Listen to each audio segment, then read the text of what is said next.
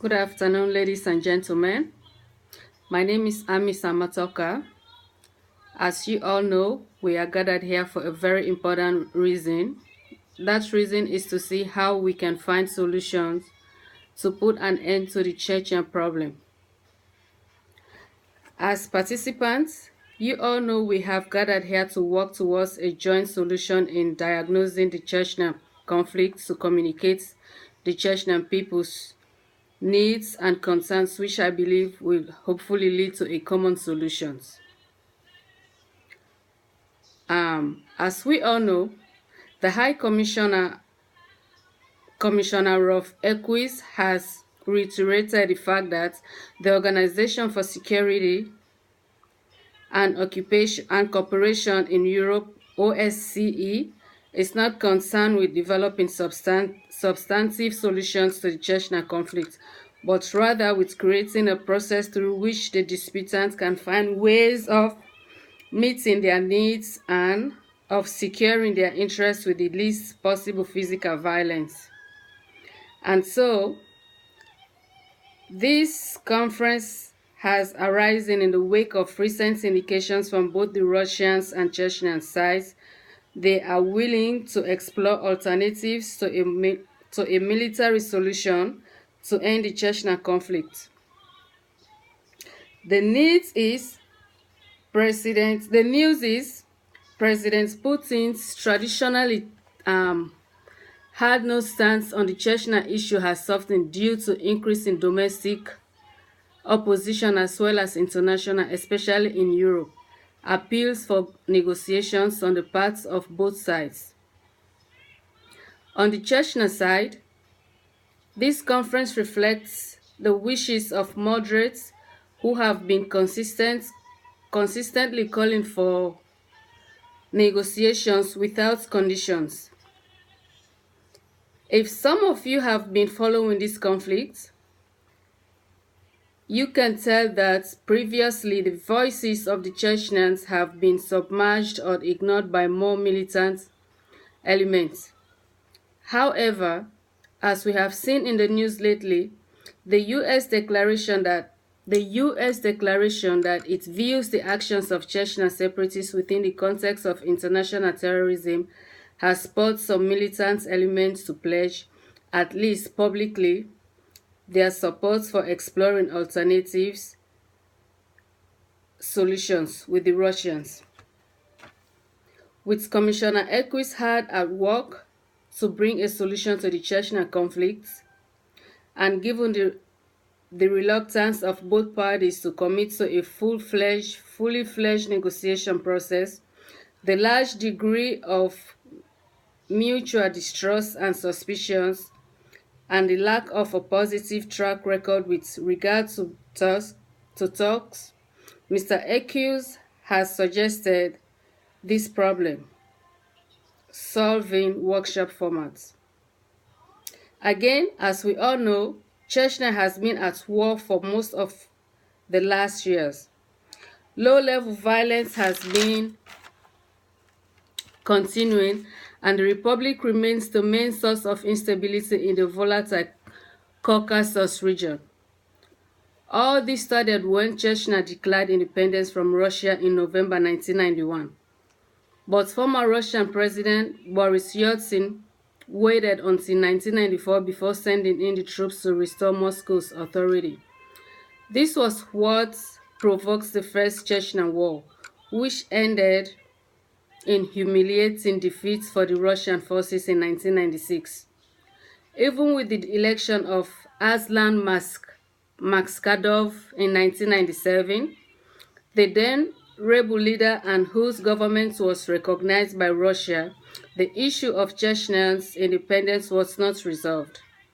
In 1991, the then Prime Minister, who later became President Vladimir Putin, sent troops back in after Chechnya militants crossed into the neighboring Muslim region of Dagestan in an unsuccessful attempt to start an armed uprising. During this time, Russia's anti-terrorist operation allowed a wave of apartment block bombings in Moscow and other cities, which were widely balanced on Chechens. This report is from the BBC. This conflict between Russians and Chechens in Chechnya has taken a variety of forms. What began as an independence movement in 1991 was by 1999 transformed into a fractured movement with a significant faction of Chechens fighting for the creation of an Islamic state. This added religious components coupled with the increased use of terrorist attacks has resulted into a complicated, protracted conflict. According to the British Broadcasting Corporation, the BBC, peace and stability are the main priority for most ordinary people in Chechnya. Rebel fighters want independence, or at least self-rule, and they almost got it after 1996. With Russian military forces out of the country, Chechnyans elected their own president in January 1997, who was Aslan Makstov, as I previously mentioned. He was the former Soviet artillery officer who had been the main rebel military commander during the war. Under the peace deal negotiated with Moscow, a decision on the Chechnyans' final political status was delayed for 5 years, but President Maskadov was unable in peacetime to control his small radical field commanders such as Shamil Yayev, and the breakaway republic descended into anarchy, becoming one of the hostage-taking capitals of the world. Today, rebel fighters and Russian forces remain locked in a protracted guerrilla war where death and despair are the only clear victors. For Chechnyans, the calamity is far worse. The Chechnya Committee for National Salvation estimated that between 20,000 and 40,000 people have died since 1999. The total casualties, including those from the 1995-1997 war, could be as high as 100,000 people, or 1 person in 10. Another 400,000 Chechens have been displaced, with some 180,000 now living in refugee camps in nearby Ingushetia, according to United States Institute of Peace in 2003.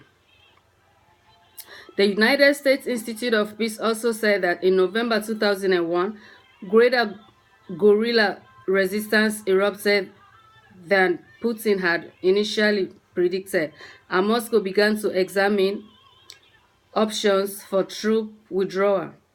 In November, during a brief lull in the fighting, Putin authorized peace talks between Akhmat Zakayev, Maskadov's special envoy, and Russian ambassador Viktor Kazakhstev.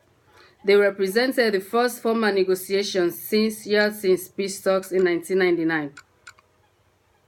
Yusip continued that the pause in the hostilities, however, did not last long, and relations crumbled again in the face of renewed terrorist activity and 3 highly publicized incidents. The combination of events between July to December 2002 significantly damaged any international support for Chechnya independence. For these two nations to come to peace with each other in a peaceful manner, effective communication based on cultural understanding would contribute positively to the solution of political, economic, and social problems among them, if I could use Reza Najaf Baghi's words. He also said that communication can be considered one of the most pervasive problems among nations. Even within a single culture, communication tends to have many complex effects. When communication takes place between two countries, these effects get even more complicated. primarily because they are symbolized in one context and transferred into another. End of quote. Finally, despite Moscow's intentions to carry out a more calculated military campaign, it is highly to be drawn into a rerun of the 1994-1996 Chechnya War. Moscow's actions have already started to radicalize Islamic opinion within the Caucasus. Many Dagestani war Wahhabis targeted for a punitive campaign of repression have now joined armed rebel groups. Local leaders in Chechnya are dismayed by the Kremlin's apparent willingness to abandon a dialogue with Maskadov and repeat the mistake of 1994. The war is almost certain to escalate because Chechnya is now united in opposition to Moscow and unease because the military operation is growing across the region. Russia public opinion still dominated by outrage at the terrorist bombs is likely to change once casualties are incurred. More importantly, the security zone will prove expensive, porous, and a source of casualties, and Russia would then be placed in an untenable position and would have um, either to extend the war towards a full occupation of the country or withdraw. Finally, for me, this simulation experience has been an eye opener. Just learning from my classmates in their different characters widened my academic and conflict resolution so much. Even my own character, Anna Politkovskaya, is such an intriguing character that I have come to admire more. All the risks she took to bring the suffering of the Chechen people to the attention of the international community through defying Vladimir Putin and his government is breathtaking. This humiliation has empowered my capacity to mediate conflicts amicably now. I thank you.